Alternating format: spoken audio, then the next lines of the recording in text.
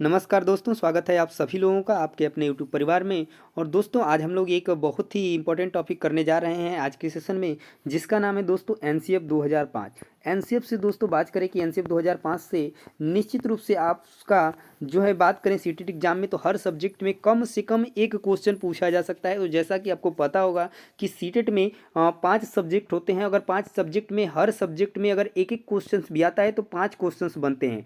अगर 5 क्वेश्चन बनते हैं, अगर आप 5 क्वेश्चन सही करते हैं तो आपका 5 नंबर बनता है। तो आप समझ सकते हैं कि ये वीडियो आपके लिए कितनी इंपॉर्टेंट जो है कि रखती है। तो दोस्तों वीडियो को लास्ट तक देखिएगा। पूरे जो है कि 50 क्वेश्चंस हैं जो कि टॉप लेवल के हैं, जो एग्जाम में बार बार पूछे जाते हैं एनसीएफ से। ठीक है, एनसीएफ के बारे में अगर आप जान जाएंगे तो उनसे जितने भी रिलेटेड क्वेश्चंस हैं आप निश्चित रूप से कर पाएंगे। और ये वीडियो अगर आप लास्ट तक देखते हैं तो कोई भी क्वेश्चंस आप जो है एनसीएफ से रिलेटेड आया हुआ आप कर सकते हैं, चाहे वो किसी भी सब्जेक्ट में रहा हो।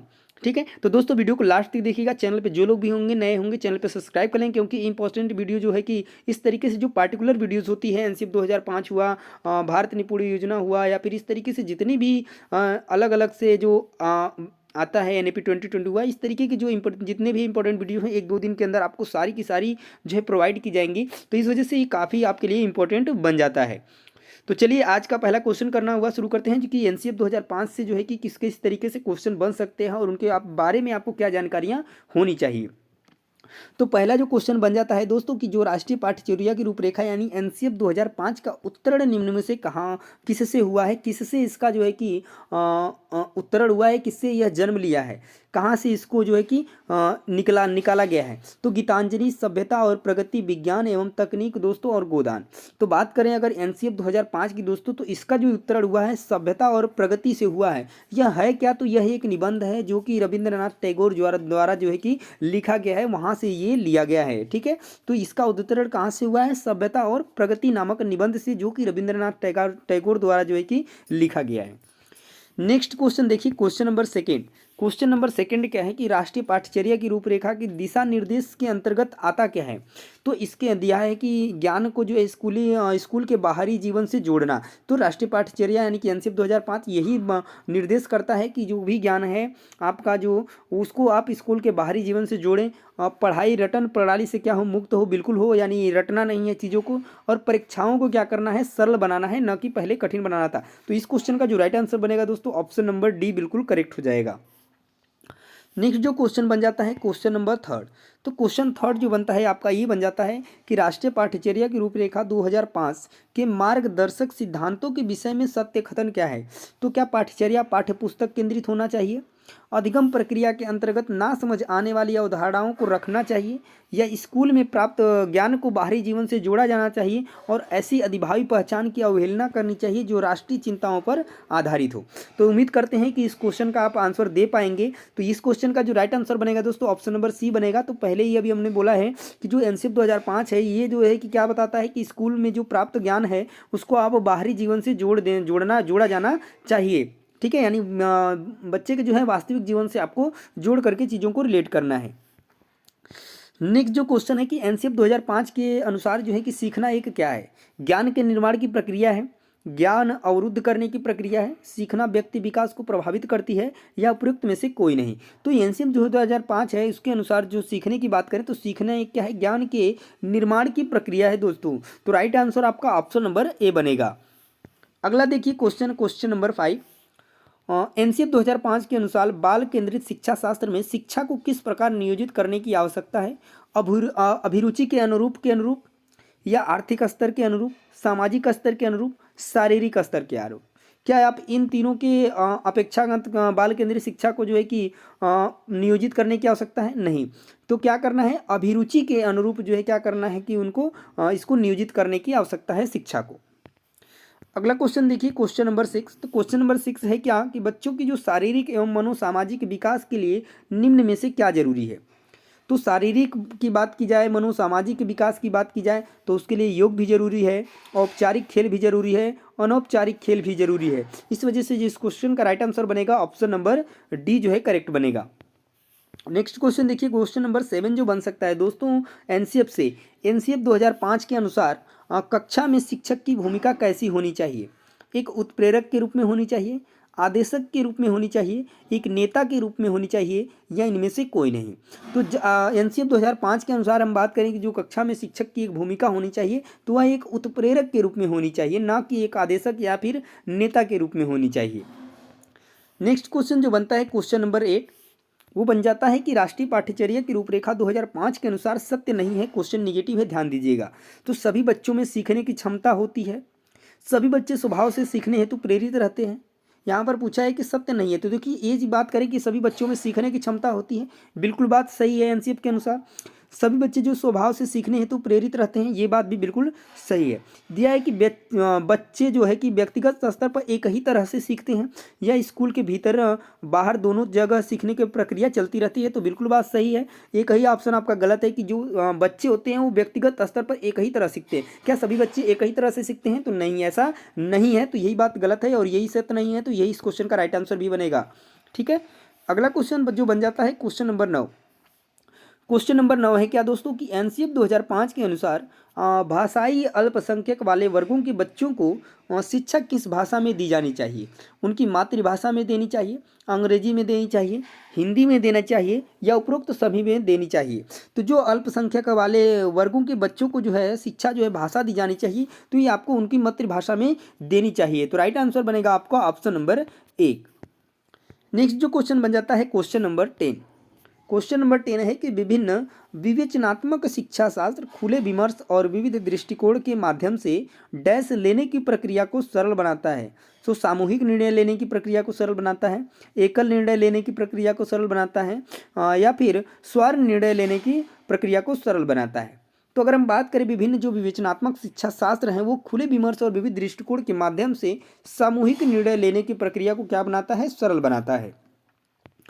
नेक्स्ट जो क्वेश्चन बन जाता है क्वेश्चन नंबर 11 कि एनसीएफ 2005 के अनुसार बच्चों के आकलन का सही तरीका क्या है? वार्षिक परीक्षाएं हैं, दैनिक गतिविधियां हैं, अर्धवार्षिक परीक्षाएं हैं, या इनमें से कोई नहीं है?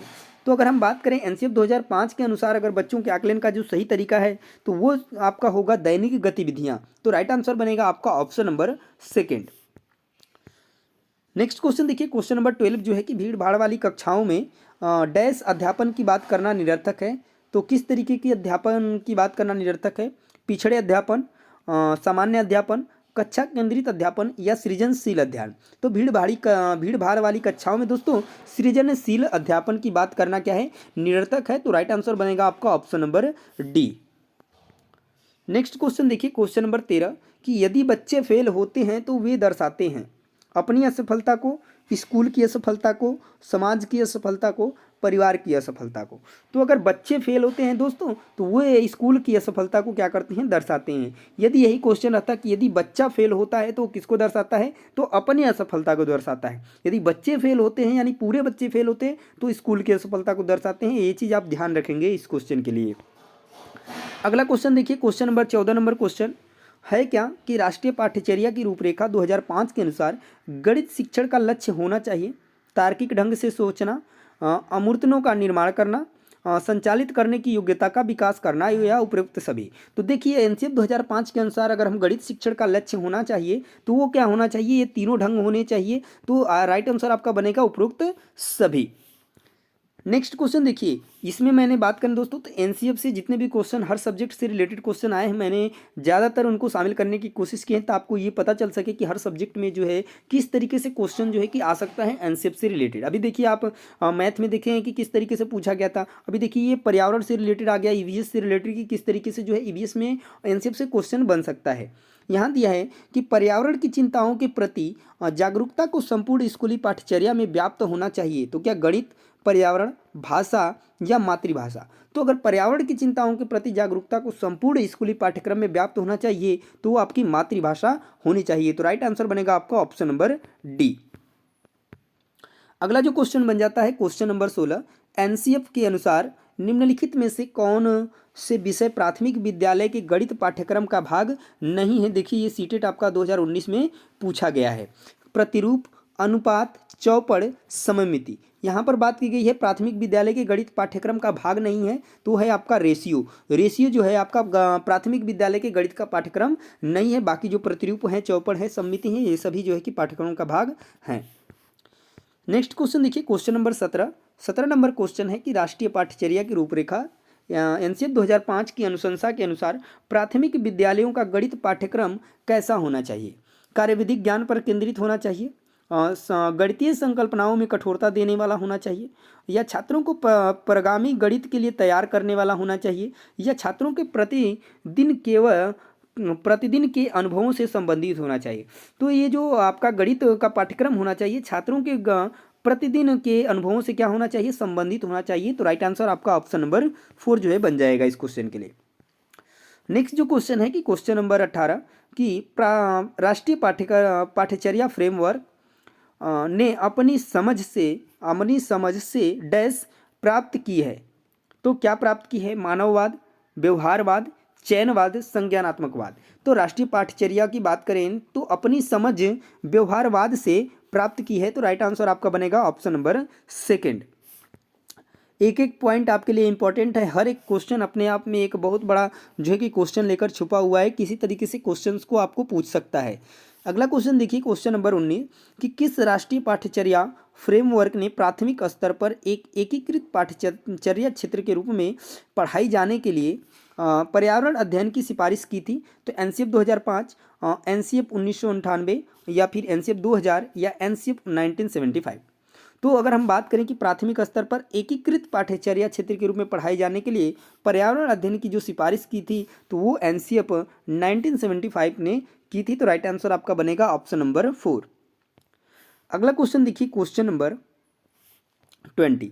तो 20 है कि राष्ट्रीय पाठ्यचर्या की रूपरेखा 2005 के अनुसार शिक्षक की भूमिका है तो सत्तावादी, अधिनायकीय, अनुमतिपरक या सुविधादाता। तो राष्ट्रीय पाठ्यचर्या की रूपरेखा की बात करें इसके अनुसार जो है शिक्षक की भूमिका कैसी होनी चाहिए? तो सुविधादाता के रूप में होनी चाहिए। अभी आपने इसी तरीके का एक क्वेश्चन ऊपर पढ़ा था तो वहाँ पर उत्प्रेरक के रूप में होना चाहिए। देखिए क्वेश्चन एक ही जैसे पूछा है कि शिक्षक की भूमिका क्या होनी चाहिए, पर देखिए यहाँ पे थोड़ा सा है जो है तरीका बदल दिया है पूछने का, और इस तरीके से बहुत से लोग जो हो जाएंगे कन्फ्यूज हो जाएंगे। तो आपको कन्फ्यूज नहीं होना है। इसी तरीके आपके क्वेश्चन को आपको डिस्कस किया जा रहा है तो आप जो है कि अच्छे तरीके से क्वेश्चन को डिस्कस कर पाएँ। और दोस्तों एक चीज़ और कि ये वीडियो आपके लिए इतनी मेहनत से बनाई गई है, तो अगर आपको लग रहा है कि इस वीडियो से आपको थोड़ी भी हेल्प मिलने वाली है तो दोस्तों वीडियो को लाइक और शेयर करना जरूर नहीं भूलेंगे, और चैनल पे अगर नए होंगे तो सब्सक्राइब करना भी नहीं भूलिएगा। अगला क्वेश्चन देखिए, क्वेश्चन नंबर 21 कि राष्ट्रीय पाठ्यचर्या की जो रूपरेखा 2005 के अनुसार प्राथमिक स्तर पर गणित शिक्षण का उद्देश्य निम्नलिखित में से कौन सा नहीं है? तो गणित में उच्चतर अमूर्त पढ़ाई की तैयारी कराना, गणित को बच्चे की ज़िंदगी के अनुभवों का भाग बनाना, ये तो बिल्कुल पॉजिटिव है। ये जो है कि शिक्षण का उद्देश्य है। समस्या समाधान, समस्या प्रस्तुत करने के कौशल को प्रोत्साहित करना बिल्कुल है।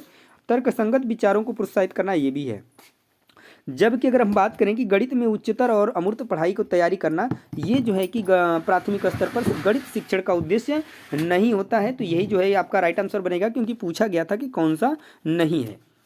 अगला क्वेश्चन देखिए, क्वेश्चन नंबर 22 क्वेश्चन क्या है कि राष्ट्रीय पाठ्यचर्या रूपरेखा एनसीएफ 2005 से पास करता है कि प्राथमिक स्तर पर गणित को शिक्षा का केंद्र होना चाहिए। किसके लिए? उच्चतर गणित की तैयारी करने के लिए, या गणित में अमूर्त विचार जानने के लिए, कक्ष में पढ़ाई गई विद्यार्थियों को दैनिक जिंदगी में जोड़ने में सहायता करना, या विद्यार्थियों को गणित की शिक्षा में अंतर्राष्ट्रीय मापदंड अर्जित करने में सहायता करना। तो जैसा कि आप लोग स्टार्टिंग में ही पढ़े हैं कि कक्ष में जो भी चीज़ें पढ़ाई गई हैं उनको दैनिक जीवन से क्या करना है, जोड़ने में सहायता करता है। तो इस तरीके का जो है शिक्षा का केंद्र होना चाहिए। अगला क्वेश्चन देखिए, क्वेश्चन नंबर 23। क्वेश्चन नंबर 23 है कि पर्यावरण अध्ययन शिक्षण के संदर्भ में राष्ट्रीय पाठ्यचर्या की रूपरेखा एनसीएफ 2005 निम्नलिखित में से किसे प्रस्तावित नहीं करती है? ध्यान दीजिएगा, क्वेश्चन निगेटिव पूछा है। बच्चों के अनुभवों को और संदर्भों से जोड़ना, ये तो बिल्कुल पॉजिटिव है, ये प्रस्तावित करती है। हस्तपरक क्रियाकलाप, इसको भी जो है कि ये प्रस्तावित करती है। विषयानुसार उपागम, ये भी जो है कि प्रस्तावित करती है। पर तकनीकी शब्दावली से परिचित कराना, ये जो है प्रस्तावित नहीं करती है। तो यही जो है आपका राइट आंसर बनेगा ऑप्शन नंबर 3। अगला पॉइंट देखिए, क्वेश्चन नंबर 24 नंबर क्वेश्चन है कि एनसीएफ 2005 के अनुसार गलतियां इस कारण से महत्वपूर्ण होती हैं। गलतियां अगर बच्चे करते हैं तो वो किस कारण से महत्वपूर्ण होती हैं, वो आपको बताना है। तो यह विद्यार्थियों को उल्टू एवं अनुपगढ़ समूह में वर्गीकृत करने के लिए एक महत्वपूर्ण उपकरण है इस वजह से, यह अध्यापकों को बच्चों को डांटने के लिए एक तरीका उपलब्ध कराती है, या यह बच्चे के विचार की अंतर्दृष्टि उपलब्ध कराती है तथा समाधानों को पहचानने में सहायता करती है, या यह कक्षा के कुछ बच्चों को हटाने के लिए आधार उपलब्ध कराती है। तो देखिए गलतियाँ इस वजह से महत्वपूर्ण होती हैं क्योंकि यह बच्चे की क्या करती हैं कि विचार की अंतर्दृष्टि को उपलब्ध कराती हैं तथा समाधानों को पहचानने में सहायता करती हैं। तो राइट आंसर आपका बनेगा ऑप्शन नंबर 3। नेक्स्ट क्वेश्चन देखिए, क्वेश्चन नंबर 25 है क्या कि राष्ट्रीय पाठ्यचर्या की रूपरेखा यानी कि एनसीएफ 2005 के अधिगम के रचनावादी उपागम पर बल देती है क्योंकि डैश वह पर केंद्रित है। तो किस पर केंद्रित है? शिक्षक द्वारा प्रभावी व्याख्यान और अनुदेशन, परिभाषा और सूत्रों को याद करना, नियमित गृह कार्य जमा करना, या गतिविधियों में शामिल करते हुए शिक्षार्थियों की सक्रिय भागीदारी। तो ये देखिए किस पर बल देती है, क्योंकि ये गतिविधियों में शामिल करते हुए शिक्षार्थियों को सक्रिय भागीदारी पर केंद्रित है। तो बिल्कुल इसका क्वेश्चन का राइट आंसर बनेगा ऑप्शन नंबर 4। नेक्स्ट क्वेश्चन देखिए, क्वेश्चन नंबर 26 क्वेश्चन है कि राष्ट्रीय पाठ्यचर्या की रूपरेखा 2 एनसीएफ 2005 प्राथमिक स्तर पर पर्यावरण अध्ययन शिक्षण का प्रमुख उद्देश्य होना चाहिए। तो स्वतंत्र रूप से प्रयोग करने की कुशलता अर्जित करना, विषय की आधारभूत संकल्पनाओं को आधारभूत समझ विकसित करना, विषय के आधारभूत सिद्धांतों को याद करना, या कक्ष अधिगम को विद्यालय के बाहर जीवन से जोड़ना। तो बिल्कुल बात सही हो जाएगी। राइट आंसर बनेगा आपका ऑप्शन नंबर 4। इसमें आपको कोई डाउट नहीं होगा कि इस क्वेश्चन का आंसर क्या बनेगा। ठीक है, नेक्स्ट क्वेश्चन देखिए, क्वेश्चन नंबर 27 क्या है कि राष्ट्रीय पाठ्यचर्या रूपरेखा 2005 में शांति शिक्षा को बढ़ावा देने के लिए कुछ क्रियाओं की अनुशंसा की गई। पाठ्यक्रम में निम्न में से सूचीबद्ध किया गया है। तो क्या किया गया है? महिलाओं के प्रति आदर एवं जिम्मेदारी के दृष्टिकोण विकसित करने के लिए कार्यक्रम आयोजित किए गए हैं, नैतिक शिक्षा को बढ़ाया जाए, या शांति शिक्षा को एक अलग विषय के रूप में पढ़ाया जाए, या शांति शिक्षा को पाठ्यक्रम में सम्मिलित किया जाए। देखिए जो आपकी कुछ क्रियाओं की अनुशंसा की गई है तो पाठ्यक्रम में, तो वो नीचे जो सूचीबद्ध किया गया है वो है नैतिक शिक्षा को बढ़ाया जाए। ठीक है, तो राइट आंसर ऑप्शन नंबर 2 होगा। नेक्स्ट देखिए, क्वेश्चन नंबर 28 कि एनसीएफ 2005 के संबंध में निम्न में से कौन सा कथन सही है?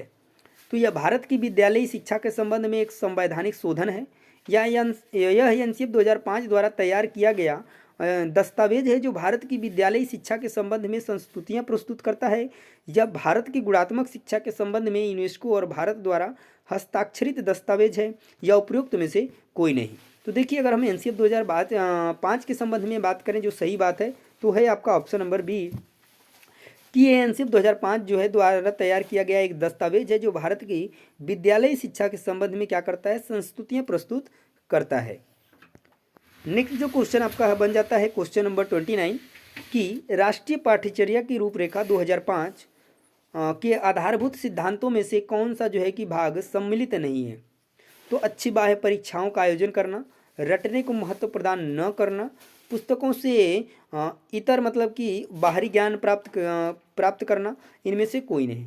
तो देखिए पूछा है कि कौन सा जो है कि भाग सम्मिलित नहीं है? तो रटने को महत्व न प्रदान करना ये जो है कि सम्मिलित है, पुस्तकों से बाहर ज्ञान प्राप्त करना ये भी सम्मिलित है, इनमें से कोई नहीं ऑप्शन बनेगा नहीं। तो आपका जो बनेगा आपका राइट आंसर वो बनेगा ऑप्शन नंबर 1 कि अच्छी बाह्य परीक्षाओं का आयोजन करना, ये जो है उसके सिद्धांतों में ये भाग सम्मिलित नहीं है। तो राइट आंसर बनेगा आपका ऑप्शन नंबर ए। अगला क्वेश्चन देखिए, क्वेश्चन नंबर 30 है क्या कि राष्ट्रीय पाठ्यचर्या की रूपरेखा एनसीएफ 2005 की संस्तुतियों के संबंध में कौन सा कथन सत्य नहीं है, यानी क्वेश्चन निगेटिव पूछा गया है। तो पहला है कि विश्वविद्यालयों को राजनीति से मुक्त रखना, ज्ञान को बाह्य जीवन से जोड़ना, राष्ट्र के प्रजातांत्रिक मूल्यों का सम्मान, या परीक्षाओं में लचीलापन। तो यहाँ पर क्या दिया है? तो पहला जो अगर बात करें विश्वविद्यालयों को राजनीति से मुक्त करना, तो ये जो है कि बिल्कुल बात सही है।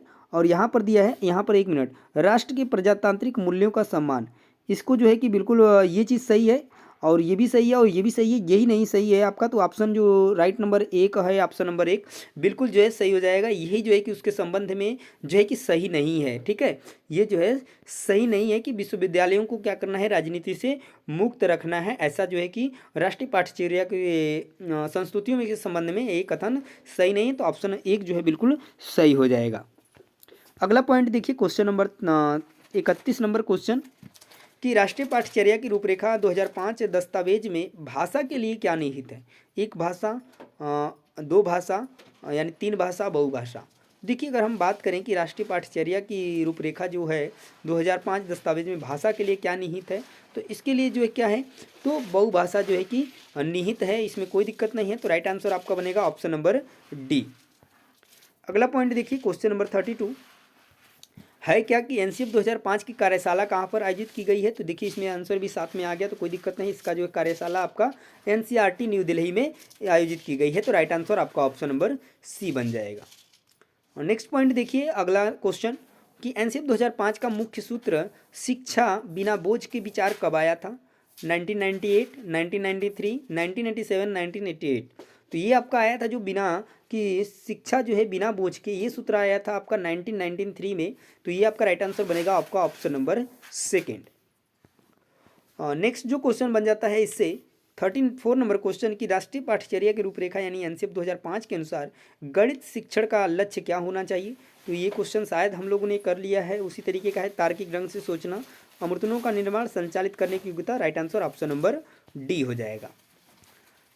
इसकी में देखिए सभी बच्चों की ये भी क्वेश्चन शायद हम लोगों ने कर लिया है, रिपीट हो गया है क्वेश्चन कि राष्ट्रीय पाठ्यचर्या की रूपरेखा 2005 के अनुसार सत्य नहीं है। तो ये है ऑप्शन नंबर सी, यानी बच्चे व्यक्तिगत स्तर पर एक ही तरह से सीखते हैं। हाँ, अगला पॉइंट देखिए राष्ट्रीय पाठ्यचर्या की रूपरेखा के दिशा निर्देश के अंतर्गत आता है। तो ये आपका क्या आता है, तो सभी आते हैं बिल्कुल, ठीक है। इस क्वेश्चन का भी राइट आंसर ऑप्शन नंबर 4 हो जाएगा। ये भी क्वेश्चन रिपीट हो चुका है। हाँ, यहाँ से देखिए ये भी शायद रिपीट हुआ क्वेश्चन है कि सत्य कथन क्या है सिद्धांत के बारे में। तो यहाँ पे जो हो जाएगा ऑप्शन नंबर सी कि स्कूल को क्या करना है, बाहरी जीवन से जुड़ना है। यहाँ से देखिए क्या दिया है, तो यहाँ से अलग क्वेश्चन आ गया, ठीक है। बीच में दो चार क्वेश्चन जो है कि रिपीट हो गए थे, कोई बात नहीं, यहाँ से नए क्वेश्चन है बिल्कुल। तो एनसीएफ 2005 के अंतर्गत परीक्षा सुधारों में किस प्रकार सुधार को सुझाया गया है। तो सामूहिक कार्य मूल्यांकन, सतत मूल्यांकन, खुली पुस्तक की परीक्षा मूल्यांकन। तो देखिए अगर हम बात करें कि परीक्षा सुधारों में जो सुधार सुझाया गया है वो क्या है, तो वो आपका क्या है, तो सामूहिक कार्य मूल्यांकन भी है, सतत मूल्यांकन भी है, खुली पुस्तक का परीक्षा मूल्यांकन, यानी ये सभी जो है कि बिल्कुल सही है। अगला पॉइंट देखते हैं क्वेश्चन नंबर 40 यानी 40 नंबर क्वेश्चन, विद्यालय शिक्षा का अब तक का नवीनतम राष्ट्रीय दस्तावेज क्या है। तो एनसीएफ 2005, आरटी 2009 यानी और एनईपी या उपयुक्त में से कोई नहीं। तो देखिए जो विद्यालय का शिक्षा का अब तक नवीनतम राष्ट्रीय दस्तावेज है वो है आपका एनसीएफ 2005। नेक्स्ट पॉइंट जो बन जाता है इससे देखिए अगला क्वेश्चन क्या बनता है कि क्वेश्चन नंबर 41 किस मंत्रालय की पहल पर एनसीएफ 2005 तैयार किया गया था। बहुत ही प्यारा क्वेश्चन, मानव संसाधन विकास मंत्रालय, रेल मंत्रालय, अधीनस्थ बोर्ड, उपयुक्त में से कोई नहीं। तो दोस्तों इस क्वेश्चन का जो राइट आंसर बनेगा वो बनेगा ऑप्शन नंबर 1, यानी कि जो एनसीएफ 2005 तैयार किया गया है वो आपके मानव संसाधन विकास मंत्रालय की पहल पर तैयार किया गया था। अगला पॉइंट देखिए, अगला क्वेश्चन है क्या कि एनसीएफ 2005 में किन शिक्षण सूत्रों के अधिकतम प्रयोग को सुझाव दिया गया है। तो अज्ञात से ज्ञात की ओर, अमूर्त से मूर्त की ओर, ज्ञात से अज्ञात की ओर एवं मूर्त से अमूर्त की ओर, या सभी। तो देखिए यहाँ पे जो राइट आंसर बनेगा वो बनेगा आपका ऑप्शन नंबर सी, ज्ञात से अज्ञात की ओर और मूर्त से अमूर्त की ओर जो है कि अधिकतम सूत्रों को जो है कि प्रयोग का सुझाव दिया गया है एनसीएफ में। अगला पॉइंट देखिए क्वेश्चन नंबर 43 जो बनता है कि करिकुलम किस भाषा का जो है कि शब्द है। लैटिन भाषा का, हिंदी, उर्दू, फ्रेंच। तो ये आपका करिकुलम जो है लैटिन भाषा का शब्द है। तो राइट आंसर बनेगा आपका ऑप्शन नंबर 1। नेक्स्ट पॉइंट देखिए अगला जो क्वेश्चन बन जाता है क्वेश्चन नंबर 44 कि एनसीएफ 2005 की कार्यशाला कहाँ पर आयोजित की गई। तो ये आपका राइट आंसर बनेगा आपका ऑप्शन नंबर सी, एनसीईआरटी नई दिल्ली, ठीक है। नेक्स्ट पॉइंट देखिए अगला क्वेश्चन नंबर 45 कि एनसीएफ 2005 में किस बात पर बल दिया गया है। विज्ञान के लिए शिक्षा, विकास के लिए शिक्षा, शांति के लिए शिक्षा, सभी के लिए शिक्षा। तो ये देखिए अगर हम बात करें कि एनसीएफ 2005 में अगर बात पर बल दिया गया है तो इन तीनों के लिए दिया गया है। तो राइट आंसर बनेगा आपका option number D. Next point है क्वेश्चन नंबर अगला कि एनसीएफ 2005 में किस परीक्षा के संबंध में सुधार के लिए सुझाव दिए गए थे। कक्षा 10वीं की परीक्षा ऐच्छिक हो, प्रतियोगी प्रवेश परीक्षाएं ऐच्छिक हों, कक्षा 12वीं की परीक्षा ऐच्छिक हो, या उपयुक्त सभी। तो यहाँ पर देखिए अगर हम एनसीएफ 2005 में किस परीक्षा के संबंध में सुधार के सुझाव दिए गए हैं तो कक्षा 10वीं की परीक्षा जो क्या है ऐच्छिक हो। तो राइट आंसर बनेगा आपका option number A. Next point देखिए क्वेश्चन नंबर 47 है क्या कि पाठ्यक्रम निर्माण की आवश्यकता क्यों है। शिक्षक की सुविधा के लिए, शिक्षा के उद्देश्यों की प्राप्ति हेतु, बालकों को पाठ्यपुस्तक उपलब्ध करवाने के लिए, या इनमें से कोई नहीं। तो देखिए पाठ्यक्रम निर्माण की आवश्यकता इसलिए है कि शिक्षा के उद्देश्यों की प्राप्ति हो सके। तो राइट आंसर बनेगा आपका ऑप्शन नंबर बी। नेक्स्ट जो क्वेश्चन है देखिए एनसीएफ 2005 सुझाव दिया गया है, में सुझाव दिया गया है, ठीक है, मी हो गया है। तो एनसीएफ 2005 में सुझाव दिया गया है कि सूचना को क्या मानने से बचा जाए, ज्ञान, सूचना, समझ, इनमें से कोई नहीं। तो सूचना को क्या मानने से बचना चाहिए, तो सूचना को हमें यहाँ पर देखिए क्या दिया है, ज्ञान, सूचना, समझ। तो सूचना को हमें ज्ञान मानने से क्या करना चाहिए, बचना चाहिए। तो राइट आंसर बनेगा आपका ऑप्शन नंबर 1। नेक्स्ट देखिए क्वेश्चन नंबर 49 दिया है कि एनसीएफ 2005 में कुल अध्यायों की संख्या कितनी है। तो एनसीएफ 2005 में अगर हम अध्यायों की संख्या की बात करें तो 5 अध्याय हैं, ठीक है। कितने अध्याय हैं, 5 अध्याय हैं। अगला पॉइंट देखिए क्वेश्चन नंबर 50 है क्या कि एनसीएफ 2005 में गुणवत्ता आयाम शीर्षक के अंतर्गत महत्व दिया गया है। तो शिक्षित एवं अप्रेरित शिक्षकों को, बालकों के लिए ज्ञान संदर्भ के संरक्षित अनुभवों को, बालकों के लिए संरक्षित अनुभव एवं पाठ्यक्रम सुधार को, या भौतिक संसाधनों को। तो गुणवत्ता आयाम शीर्षक के अंतर्गत महत्व दिया गया है तो किसको, तो बालकों के संरक्षित ज्ञान संदर्भ में, बालकों के लिए ज्ञान संदर्भ में संरक्षित अनुभवों को। तो राइट आंसर बनेगा आपका ऑप्शन नंबर बी। उसके बाद देख लेते हैं आगे पॉइंट है। तो ये 5 जो है कि अध्याय हैं एनसीएफ के, जो पूछा गया है कि उनके अध्याय क्या हैं। तो सीखना और ज्ञान, पाठ्यक्रम क्षेत्र, स्कूल के चरणों और मूल्यांकन की बात की गई है इसमें, स्कूल और कक्षा पर्यावरण की बात की गई है, प्रणालीगत सुधार की बात की गई है, स्मरणीय तथ्य के बारे में बात की गई है। तो ये जो है 5 अध्याय हैं किसमें, एनसीएफ के, ठीक है। तो उनको मैंने लास्ट में लिया था। अभी आप 49 क्वेश्चन में देखें कि उसमें कितने अध्याय हैं। तो 5 अध्याय हैं और ये 5 अध्यायों की नाम है दोस्तों। तो वीडियो आपको कैसी लगी है कमेंट में जरूर बताइएगा। यहीं पे आज का जो है हमारा ये कंटेंट जो है कि क्वेश्चन खत्म होता है एनसीएफ के बारे में। तो जितने भी इंपॉर्टेंट क्वेश्चन थे, जितने भी क्वेश्चन बन सकते थे एनसीएफ से, वो आपको हम करा दिए हैं इस पूरे वीडियोस में। अगर आप पूरा वीडियो देख के जाते हैं तो आपको निश्चित रूप से एनसीएफ से आने वाले क्वेश्चंस में आपको कोई प्रॉब्लम नहीं होगी। और इसी तरीके के और भी इंपॉर्टेंट वीडियोस देखने के लिए दोस्तों चैनल को सब्सक्राइब करना नहीं भूलेंगे। तो मिलते हैं नेक्स्ट वीडियो में, तब तक के लिए जय हिंद।